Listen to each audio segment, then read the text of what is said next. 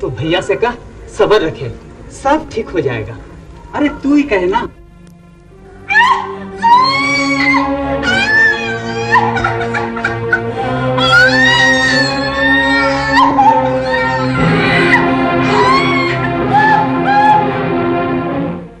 हे सिंह बोंगा, दया कर, सभी को जीवन दे।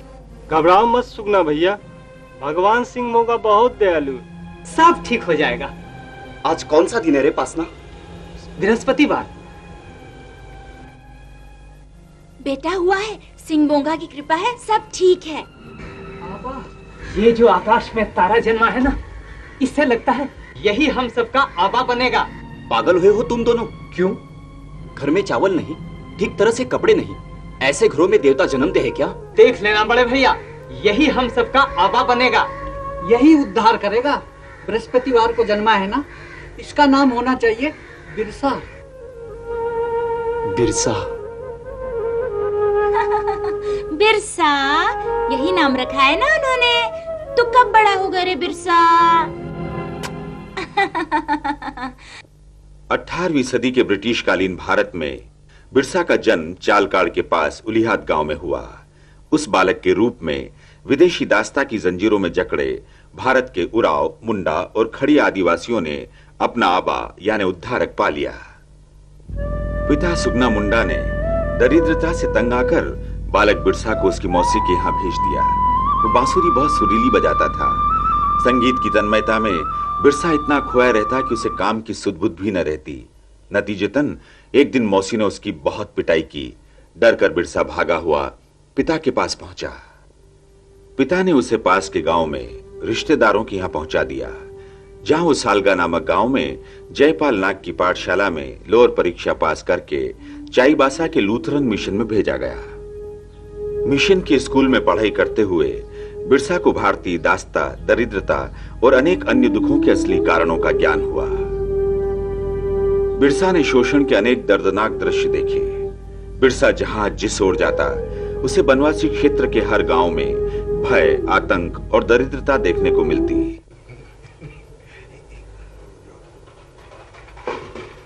अबे ओए, साहब को बाहर तो आने दे।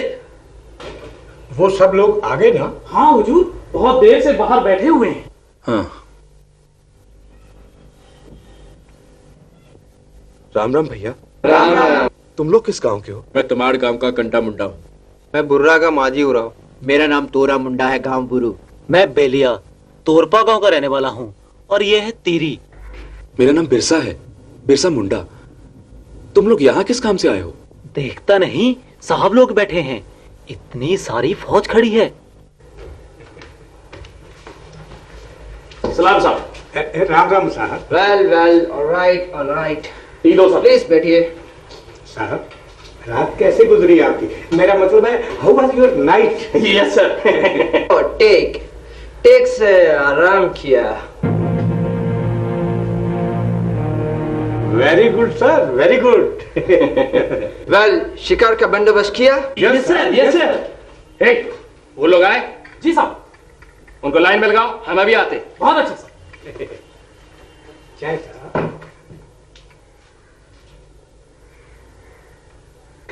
चलो खड़ा हो जाओ, खड़ा, ठीक से लाइन बनाओ, चलो।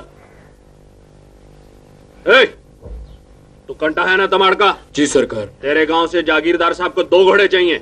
जो हुक्म मालिक। और तू बरू का तोरा मुंडा है ना? जी सरकार। कल 4 आदमी भेजना थाने में, और साथ में पालकी भी भेजना। हमारी मिसेस जगन्नाथपुरी दर्शन करने जाएंगी। पालकी और आदमी पहुंच जाएंगे सरकार कल सुबह। ठीक है। तेरे यहाँ लड़का हुआ है ना? हाँ मालिक। टैक्स भरा तूने? कल ही कचहरी भर के आया हूँ हुजूर। वो पिछले साल तेरे यहाँ एक लड़का होकर मर गया था ना? हाँ सरकार। वो उसका था? सरकार, मेरे यहाँ तो खाने के भी लाले पड़े हुए हैं। अरे उससे कोर्ट कचहरी को क्या लेना है? आज क्या दिन है? शुक्र। अगले शुक्र तक भर देना, समझा? जी हुजूर। और तू कौन है? मैं दाऊद। नहीं, मेरा मतलब बिरसा मुंडा। यहाँ क्या कर रहा है? कुछ नहीं, ऐसे ही। कुछ नहीं? अरे चल यहाँ से, चल। सुना तुमने? साहब आए हैं। उनके लिए शिकार का इंतजाम करना है। 2 बकरे चाहिए, मचान बांधना है और कम से कम 50 हाके वाले होने चाहिए, समझे? गोरे साहबों और उनकी दास्ता में आत्मसम्मान बेच चुके काले भारतीय जमींदारों जागीरदारों के अन्याय की प्रतिक्रिया युवक बिरसा पर हुई और उसने दृढ़ निश्चय किया कि वो विदेशियों की नौकरी कभी नहीं करेगा। इस पर उसके पिता बहुत नाराज हुए।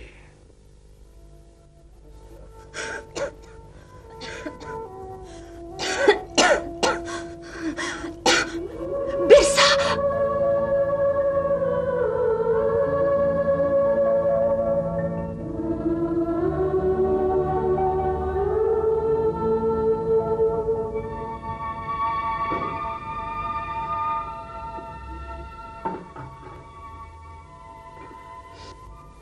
कुछ नहीं है, कई दिनों से कुछ भी नहीं है। कुछ भी नहीं है बेटा, हम लोग पत्ते उबाल कर और पानी पीकर जी रहे हैं। तो साहब की चाकरी क्यों नहीं कर लेता? ये शराब की नौकरी क्यों करेगा? हाँ? और तुम ही इसे आबा कहती थी ना? ये हमारा आबा है, ये हमारा उद्धारक है, ये हमारा उद्धार करेगा, ये हमें भूखा मारेगा, ये भूखा मारेगा। हमें निकल जा यहाँ से और इन्हें भी ले जा, इनसे भूख नहीं मिटती हमारी। चला जा इस घर से, निकल जा इस घर से और ये पुस्तकें भी ले जा। इन पुस्तकों से हमारी भूख नहीं मिटती, इन्हें भी ले जा।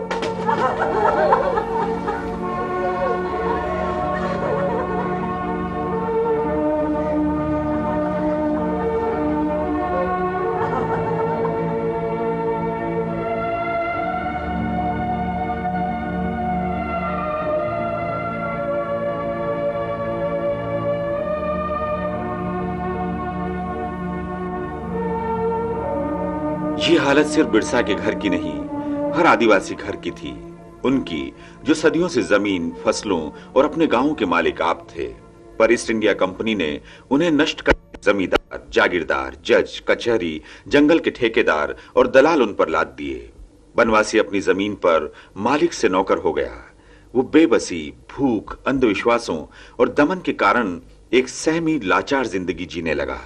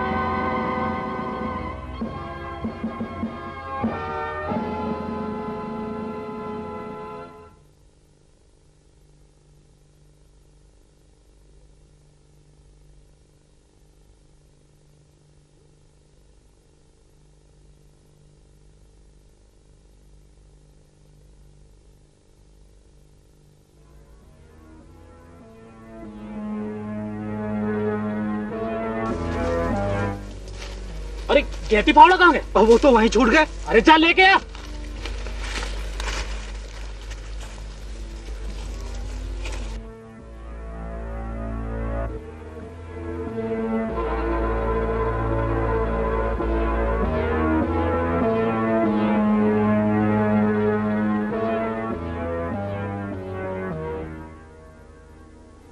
और तुम?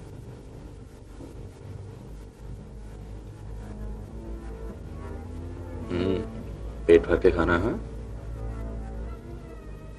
लीजिए बाबा। बस थोड़ा बस बिरसा, बहुत दिनों के बाद ऐसा खाना मिल रहा है। लो मां। बेटा, ये खाना तू कहाँ से लाया? भगवान सिंह बोंगा ने जिंदा आदमियों को ना मरने के लिए दिया है मां। वो ईश्वर है, बड़ा दयालु है वो। ना ये पाप मत करना, ये खाना मत खाना। कैसा बाप रे दाना? पहले पूछो बिरसा से, कहां से लाया सब? क्या बेचा इसने? बोल रे बिरसा, ये दाल, ये चावल, नमक कहां से लाया? ये सब सोचने की क्या जरूरत है? क्यों नहीं? क्या कहानी की कब्र खोद कर उसके गहने नहीं लाया तू? बोल। मुर्दे का धन? हाँ, मुर्दों का धन ही लाया हूं मैं, क्योंकि मुर्दों को ना धन की जरूरत होती, ना ही उन्हें भूख लगती है। भूख जिंदा लोगों को लगती है, इसलिए धन भी होनी चाहिए। सब लोग देखो इसे, ये पागल ही नहीं, नीच भी हो चुका है। अरे मेरा खून, इसने मुझे जीते जी मुर्दे की जीव ढल के ला दी, बर्बाद कर दी मुझे, बर्बाद कर दिया मुझे। छोड़ो मुझे, निकल जाओ मेरे घर से, निकल जाओ, निकल जाओ मेरे घर से, निकल जाओ, चला जा इस घर से, वापस मुंह मत दिखाना, निकल जा, निकल जा इस घर से, निकल जा इस घर से।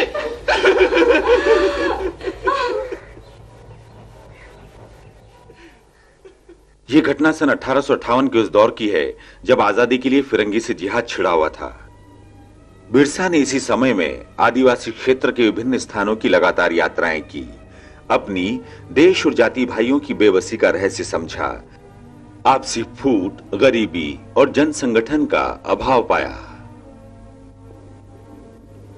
उसने उरांव, मुंडा, खड़िया आदि वनवासी मुखियों से भेंट की, उन्हें जागृत किया, शोषित पीड़ित आदिवासियों में ज्ञान और शक्ति की ज्योति जगाई।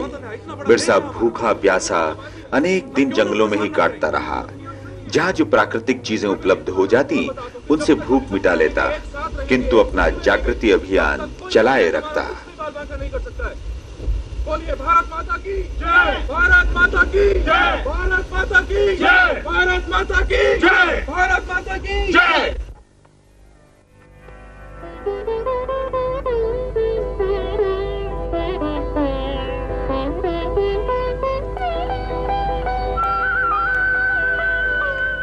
प्रणाम। पर आप? मेरा नाम आनंद पांडे, बंद गांव के जमींदार मनमोहन सिंह का मुंशी हूँ। तुम कौन हो बेटे? जी मैं बिरसा मुंडा। बिरसा मुंडा नाम सुना है तुम्हारा? इधर तुम ही गांव गांव में आदिवासियों से मिल रहे हो ना? हाँ महाराज। तुम्हें लेकर मेरे यहाँ आने वाले लोग अक्सर बातें करते हैं। आओ मेरे साथ, यहाँ नीचे मेरा घर है। पर महाराज आप?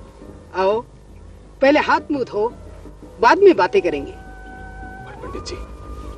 डरो मत, तुम फिरंगियों से आजादी चाहते हो ना? आजादी चाहता तो हूँ महाराज, पर मैं भी चाहता हूँ, लेकिन आजादी उस तरह नहीं मिलेगी जिस तरह तुम समझते हो। आओ, आजादी जरूर मिलेगी, मगर उससे पहले तुम्हें बहुत कुछ करना होगा। आओ।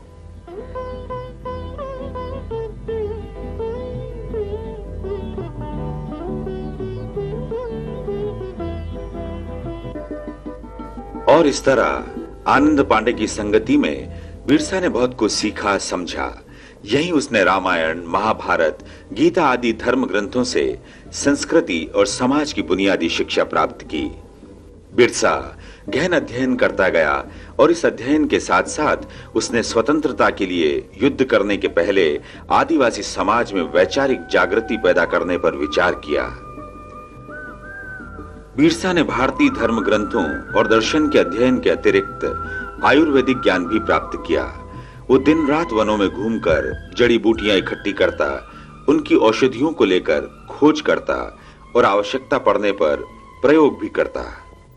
कहते हैं कि बिरसा ने आश्चर्यजनक बुद्धि कौशल और श्रम से औषधि विज्ञान में प्रगति की। वो बड़ी से बड़ी और पुरानी बीमारियों का इलाज करने की क्षमता प्राप्त कर चुका था।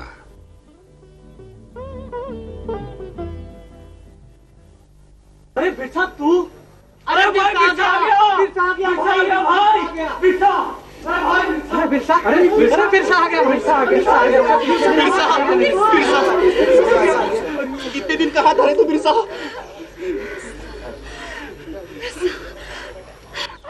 मेरा बेटा आ गया। बिरसा, तेरा माथा कितना चमक रहा है रे। माँ, मैंने भगवान सिंह बोंगा के दर्शन किए। सिंह बोंगा की जय हो। सच कैसा चमकता है रे तेरा चेहरा बिरसा। कुछ कहा तुझे सिंह बोंगा ने बिरसा?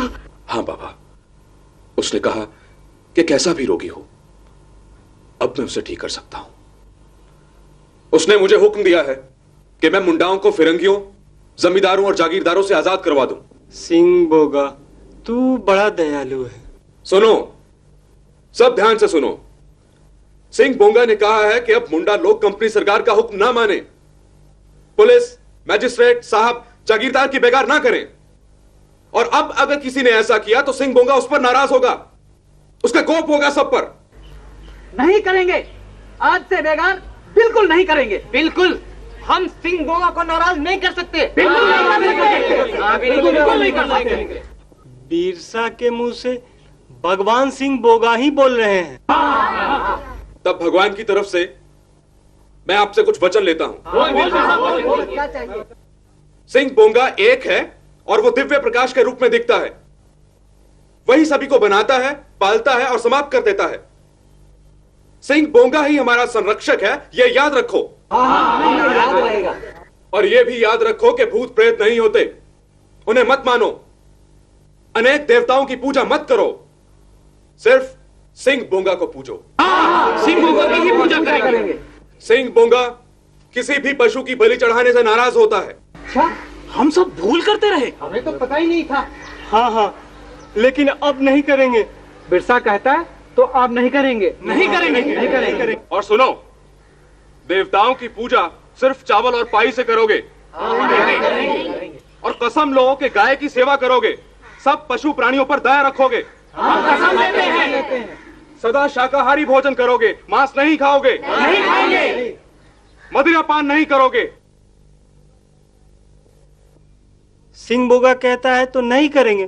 तुम लोग अपने अपने घर साफ सुथरे रखोगे, सादा कपड़े पहनोगे, शुद्धता के लिए घर पर सफेद झंडी लहराओगे, बड़े बूढ़ों का आदर करोगे और अपने घर में एक तुलसी का पौधा जरूर लगाओगे। ना कभी झूठ बोलोगे और ना कभी चोरी करोगे। ऐसा ही होगा बिरसा, अब हम सब ऐसा ही करेंगे। ऐसा ही करेंगे। एकजुट रहोगे और कभी आपस में लड़ोगे नहीं, और अपने फैसले हमेशा पंचायत से ही करवाओगे। फैसले तो पंचायत से ही होने चाहिए। पवित्र यज्ञोपवीत पहनोगे और सदा नहाकर ही भोजन करोगे। नहाना तो चाहिए ही। हर बृहस्पतिवार को छुट्टी रखोगे और अपना समय जप और ध्यान में बिताओगे। ऐसा नहीं होगा। तब एक दिन तुम जरूर फिरंगियों की कैद से आजाद हो जाओगे।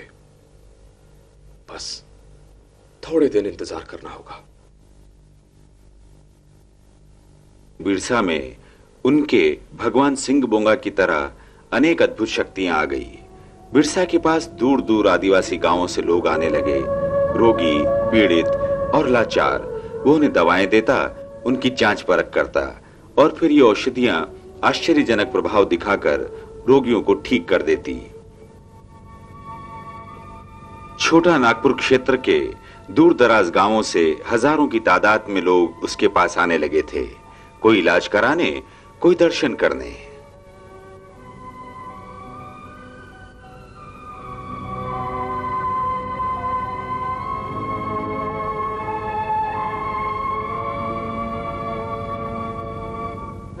तमाड़ के दारोगा ने प्रभावशाली होते जा रहे बिरसा को लेकर डिप्टी कमिश्नर को शिकायत की।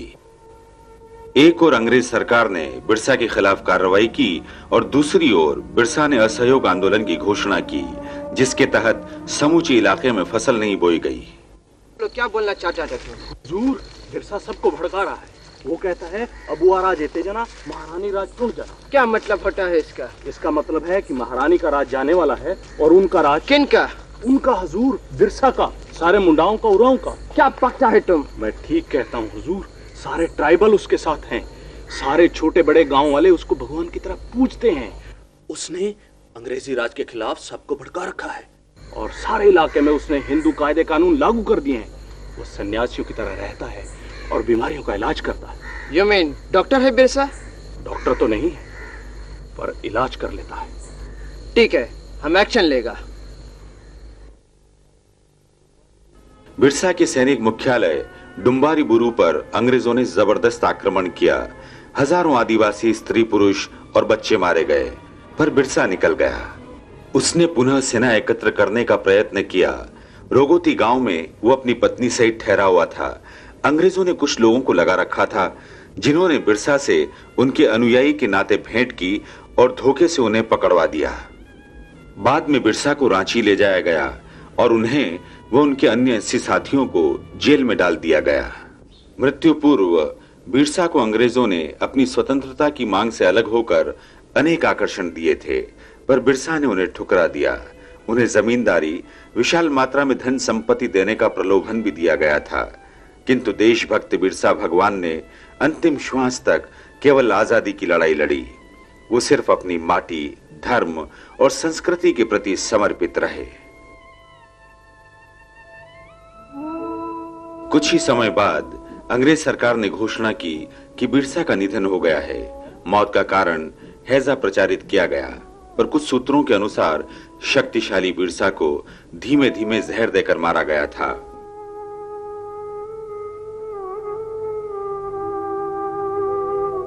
आज तक छोटा नागपुर क्षेत्र के असंख्य आदिवासियों में बिरसा को ईश्वर रूप में पूजा जाता है।